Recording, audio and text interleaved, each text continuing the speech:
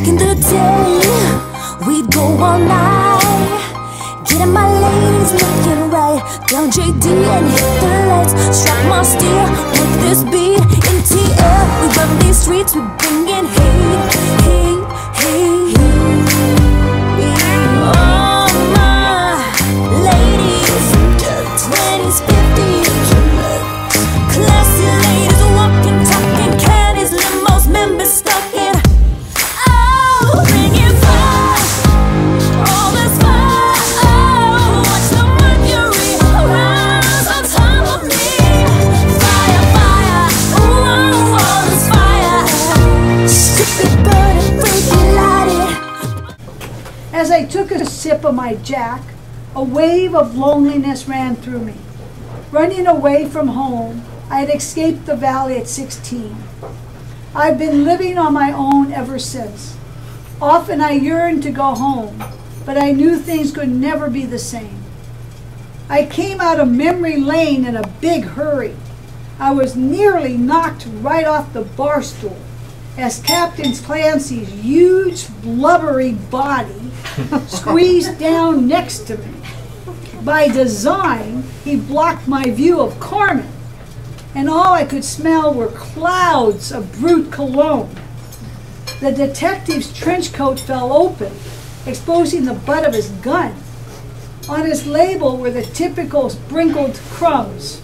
His big paw caressed my knee and gave it a sweet squeeze. I glared up at Clancy's beady blue eyes and putty face. He spoke down to me in a deep voice.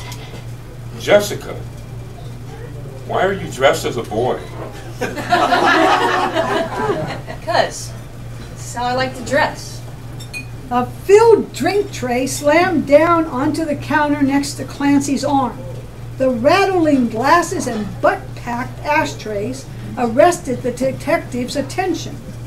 And in that moment, Carmen took me by the arm. Come on, let's leave this dump. My feet are killing me. Take a load off your feet, cutie. Relax, Carmen. Let's all have a drink together. Jessie kind of looks cute as a faggot. Not tonight. Be a good sport. Let's share. You get enough of my girl's time. She's off duty, and you've got a wife at home.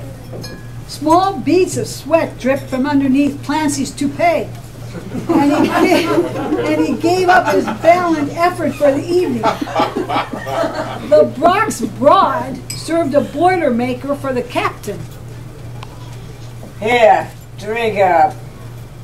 I started to drop a bill on the bar, but Clancy's big hand tenderly touched mine. He winked. I got it, Jessie. That suited me just fine. He certainly was a fool with money.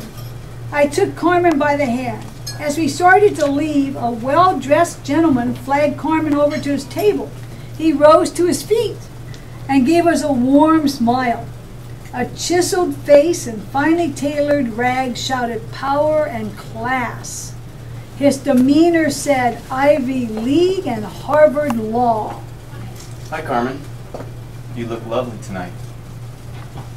Thanks, Philip. I'd like you to meet my girlfriend, Jessie. How do you do? Pleasure to meet you. Would you ladies like to join me for a drink? That's very sweet of you, but we have plans. I understand. Why don't you let me drive you ladies where you need to go? I wanted to head off any charming rich man's interest in my girl. It was a pleasure meeting you. I put my arm around Carmen's waist and added, Have a nice night. we escaped the club into the dark street. I took a deep breath of cold, misty air. We strode down the sidewalk in silence that was not altogether comfortable. Under any other circumstances, I would have been arrested for impersonating the opposite sex. Luckily, the best perk of having the captain of homicide as my John was a lot less bust. To make money, I would pop on a long blonde wig, throw on a dress, and hit the sidewalk hooking. After work, I would shower and dress in my best men's clothes. Looking like a pretty boy, I'd hook up with my girl. I fought off a twinge of jealousy, and I asked Carmen. Who's that rich asshole? He's only the district attorney, Philip Princeton III. Great. A trust fund baby playing civil servant. Oh, cute. Feeling possessive, I reached over to kiss my girl. She turned away, slightly resisting me. I flashed my prettiest smile and offered her a rose. Carmen ignored my gesture and continued walking. I wasn't being forgiven so easily. Something wrong, baby doll? Carmen shot me a skeptical glance. Last night I had stood her up for dinner. Carmen and her mother labored for hours over a simmering pot of meat sauce. They prepared an old family secret recipe for spaghetti and sausage. I was unable to come because Clancy had demanded an unexpected date. I can't say no to Clancy. I didn't know I'd have to stay out that late. You could have at least called. I'm getting sick of this, Jessie. I couldn't believe this was a problem for her. What are you getting sick of? Are you trying to say you don't like my line of work? Jessie, I don't care if you hook. Every lesbian in Tenderloin hooks. I just don't like to disappoint my mother. Honey, I like buying you nice things, and I enjoy taking your mother out. Carmen abruptly stopped walking. That fire in her eyes would be attractive if she wasn't just about to lay into me. You don't get it, do you, Jessie? I feel like you care more about things than me. Money is not why I'm with you. I stood quietly and studied her for the right opening. Lowering my head, I intended to give her the rose again, and with a sweet smile, as if in a confessional, I whispered, Forgive me. I've sinned. a sincere mea culpa tapped over the heart with a fist. I screwed up. I promise. I won't put work first. You know I can't stand Clancy. Carmen's red lips started to smile as her eyes softened. She took the rose from my hand, cuddled close and kissed me on the cheek. We lingered under the fog lamp as I gave her a long kiss. I felt her warm body press against mine. Jessica! Oh, Jessica! Clancy's bellowing voice destroyed my moment of romantic intoxication. Come here, baby. I gotta talk to you. Damn it.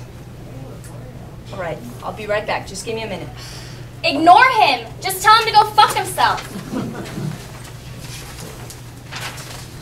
I better deal with them now before I go to LA tomorrow. I want to enjoy my kid brother's birthday. Suit yourself. Carmen was not happy with my travel plans.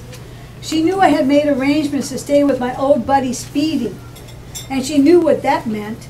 His name had been derived from his affection for methadone and excessive partying.